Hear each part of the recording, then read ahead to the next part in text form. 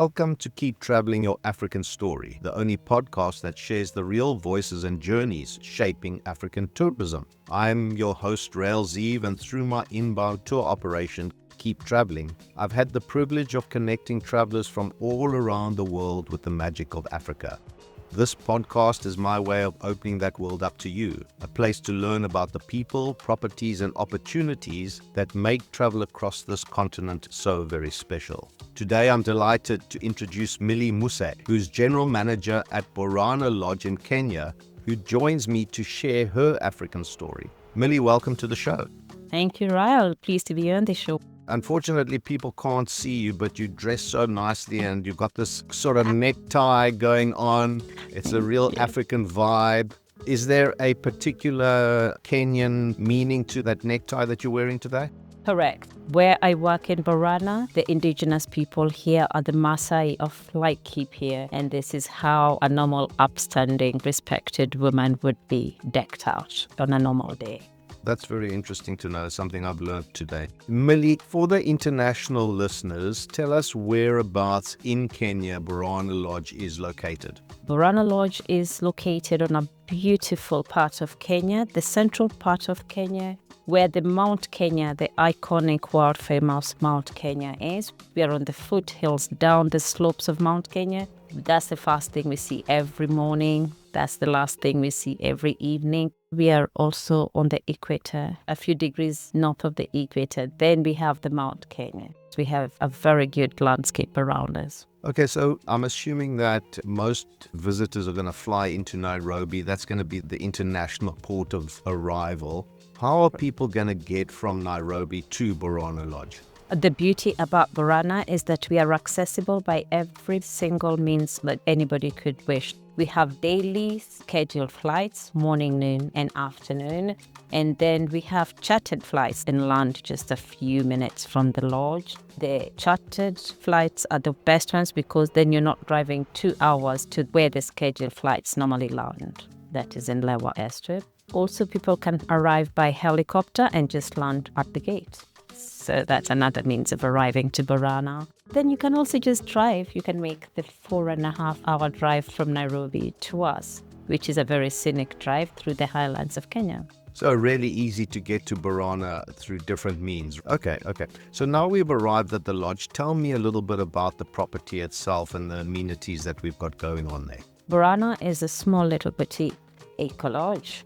So we got 8 rooms, cottages. Each one is a standalone cottage, beautiful views, big airy rooms, large windows for maximum viewing. Each one totally isolated from the others, no view from one cottage to the other. Each cottage unique in the way it was built and why it was placed on that part of the lodge. And each one, again, built to capture the best views in the hills. The landscape in Borana is to die for. We have those that will catch the sunrise. We have those that will catch the sunset. We have those that are directly in front of a watering hole for the animals, so they can view the animals right from their bedroom. Out of those 8, 4 of them are combined into family cottages. So if you're traveling with young children, you can have the parents in one room, the double room, and the children in the adjoining room in a combined family living area. 1, 2, 3, 4 are single cottages. 5, 6 are a family cottage. 7, 8 are a family cottage. That's very interesting. Now, tell me, how are you graded as far as the grading council, a level of 4 or 5 star? Because we're an eco-lodge, we will not make the 5-star luxury, because being an eco-lodge does mean that we do not go overboard in what we offer. We're doing more for the environment than for the luxuries. And this is what distinctly marks Borana apart from the super high-end luxury ones. We are paying attention more to the experience than to the inner luxuries in the room. For our own grading, we have attained the gold standard for the Kenya Tourism Board. Okay, you know what? I'm not sold on the grading council grading because they grade everything as per the amenities that are around. Correct. I think we should grade by the experience that people actually come into contact with. Let's talk about what other amenities around the lodge do we have? Do we have a swimming pool, bar area, that type of thing? Yes, we do have. Every single meal in Borana Lodge is served in a completely different location based on the time of day. an alfresco breakfast area under acacia trees where the birds are singing and sharing breakfast with guests. And then we have a patio for lunch that overlooks the hills, and this enables guests to be able to see wildlife while they are having their lunch. Also outside, we have an infinity pool, again, looking directly into the hills, and sometimes something will come to drink while you're swimming. Then we have an evening bar, a lounge and sitting room where there's a fireplace lit. The temperatures drop quite a bit in the evening, even if we're near the equator, so we light up fires in the lounge. And we have guests all meeting up and socializing from 7:30 to 8 p.m. after their evening activities in the bar. Then they can have cocktails, canapes, plan their next day's activities, and then go into a formal dinner, four-course formal dinner that also is in the same building but in a completely different setup from the bar. Okay, but they don't have to particularly dress formally or anything like that. It's casual. It's smart casual, but people don't have to change like from their game drive vehicle into a black tie. It's not a black tie dinner, it's just a nice casual place. That's great. Tell us about the activities that you offer. The one thing that makes Borana a winner to visit is the back of house activities when you're out of the lodge. So we have more than any other facility, even just in Kenya, a wide array of activities that we're able to offer because of the fact that we are a private conservancy where there's minimal movement. We do not have hundreds of cars driving around during the day. And one of the things that makes Borana's activities stand out is that every single experience is unique to the guest that we are tailoring it for. So depending on your age, your physical abilities, we tailor make a range of activities that are completely suited to you as an individual. These activities range from rhino tracking, horse riding, picnics in the forest, jumping into our waterfall and plunge pool, nature hikes, sundowners on the Pride Rock that inspired the Lion King. You can go for deployment with the rangers where they go to look after rhinos in the dark and see what they do and how they do it. We have environmental center where the children of these communities are taught how to look after the environment, and we are empowering the next generations. And this is one of the activities that the guests go to look at and support the effort to completely educate the communities on the effects of looking after the environment. And we call it Mazingira Center, which in Swahili means environmental center. Apart from that, the guests can be able to partake in activities like today, there's a lion that's being treated because it got injured, and they can be able to view that. Other activities include the normal game drives with sundowners and night game drives as well. You can visit also a cultural village and see how the local communities here live their way of life, because most of them still maintain their cultural activities in their own villages. And finally, you can have a bush dinner in the starlight and just relax under the stars for an evening. That sounds like a romantic gesture that you're going to be doing with perhaps your new wife or your new girlfriend. You're not doing that with the children running around. Even if parents do come with young children, what they normally do is feed them dinner much earlier and then just go out for the lovely evening one. You touched on rhinos and lions. Can you give us a little bit of a short list of what game people can expect to see when they're spending time at Borana? Borana boasts a very wide variety of game, and that is totally as a result of the conservation efforts that are the core principles of our operations. So right now on the Borana Lewa landscape, we have 136 black rhino. We have 151 white rhino. We have 173 Grevy's zebras, are an endangered species of zebra that's only found in this part of Kenya. We have 403 elephants across the Lewa Borana landscape and 2 huge prides of lions. There's a Winter's Pride and there's a Kiara's Pride. Just in the last few months, we have 10 cubs born, so we are not lacking in the lions. Leopards are much rarer sightings. Cheetahs are easy to see. We have the Brothers Coalition that's always around the conservancy. We have the African zebra in its abundant state. We have the Cape buffalo. We have the giraffes. Yesterday there was a baby being born while guests were on game drive. The little grazers, the kudu, the Grant gazelles, all of those are abundant in the conservancy just because of the protection they get here. That's amazing. I didn't know that you had such a huge number of rhinos, and I'm assuming that they're protected and the numbers are growing, right? Correct. The numbers are increasing, and the rhino is the core operation of Borana. We are a rhino conservancy. And so the growth from 5 rhinos to the current number we have is just short of a miracle in this short time that it has grown to that. And it's all a testimony to what good conservation practices can achieve. That is fantastic. Very well done to you. Millie, visitors from all around the world, they've got so much choice as to where to go to, not only just in Kenya, but in Africa as a whole. Why should people come to Borana Lodge? That's the question that I usually like to answer the best, because it's the biggest reason that Borana exists. The 4 C's that we operate on, that is commerce, culture, community, and conservation, is all funded entirely by the money people come to stay in Borana. We are conserving 92,000 acres of a landscape that's home to all this wildlife that I just mentioned to you. Just making the environment conducive for these animals, protecting them from the poachers that would come and kill them.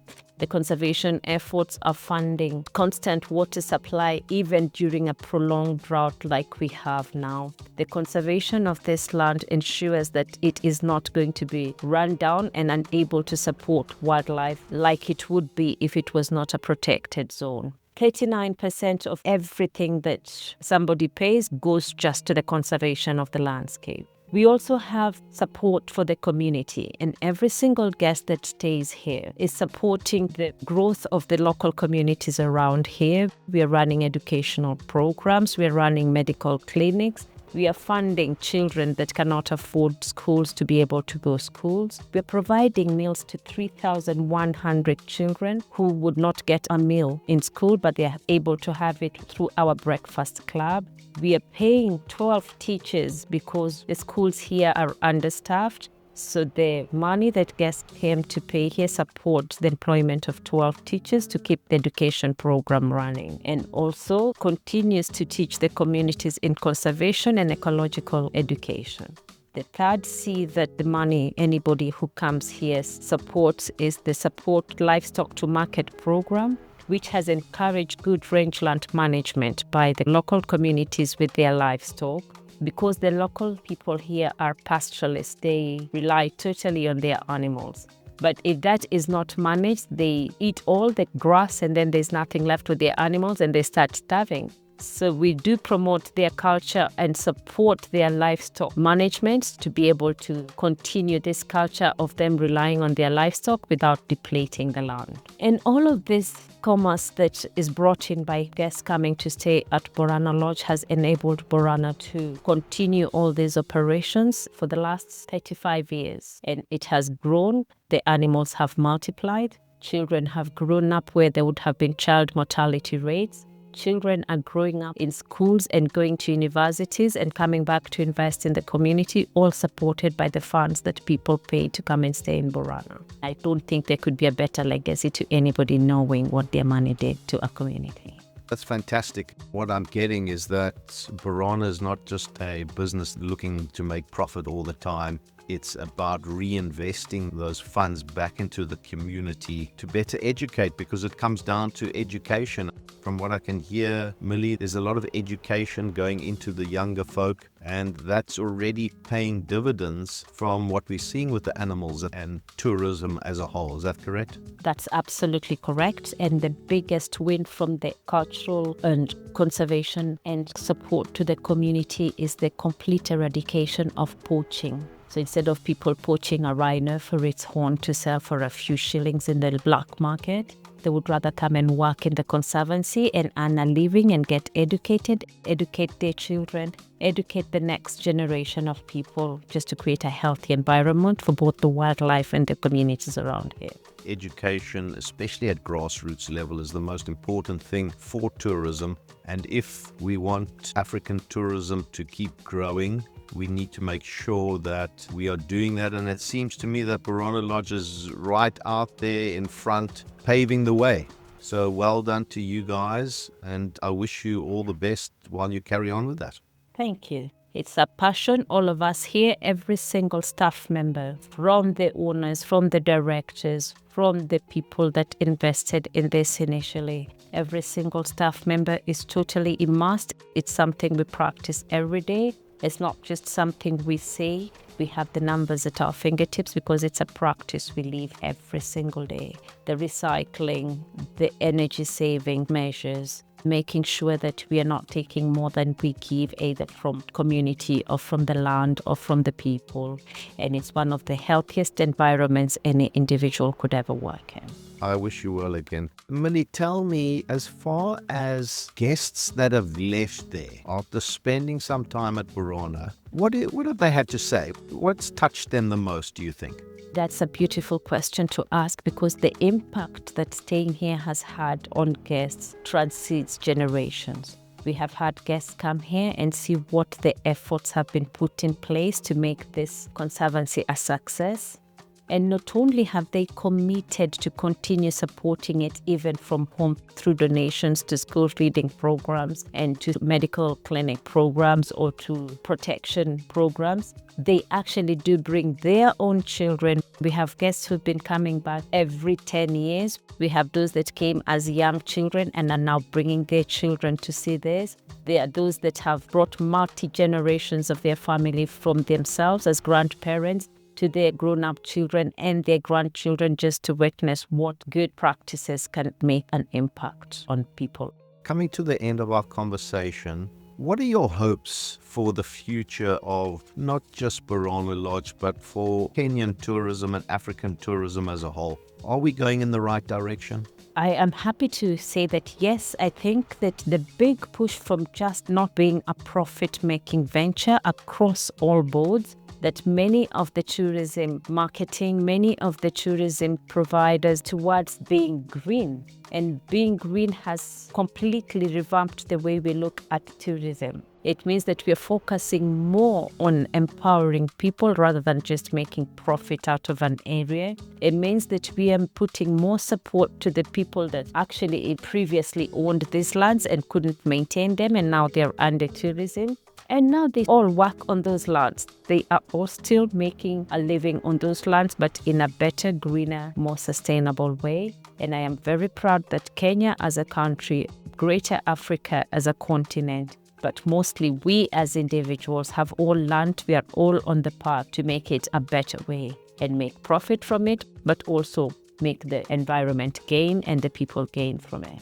Yeah, it's all about sustainability, not just sustainability of the raw products thing, but sustainability of the industry. And I think you're doing a fantastic job. So well done to you and your team. I think that's fantastic. Millie, thank you so much for coming on the show and telling us about your African story. I hope the listeners will come and have a look at Borana Lodge and see what a fantastic job you're doing on the conservation level. Thank you very much for coming on the show. Thank you for inviting me, and I'm happy that we got the message out there. What an inspiring conversation. Thank you so much, Millie, for sharing your story and for everything you're doing to grow African tourism. Don't forget, every week we feature fantastic prize giveaways from some of Africa's most beautiful lodges, camps, and travel partners. You could win your own unforgettable getaway just by listening, subscribing, or visiting www.keeptraveling.africa/podcast. Or read more about today's guest by reading through the show notes of today's episode. Don't forget to follow Keep Traveling on social media for the latest episodes, stories, and travel inspiration. I'm 𝐸𝐿𝐸𝐸, and this has been Keep Traveling, your African story. Remember, a few years from now, you won't remember how much it cost you, but you'll always remember the memories you made. Keep traveling.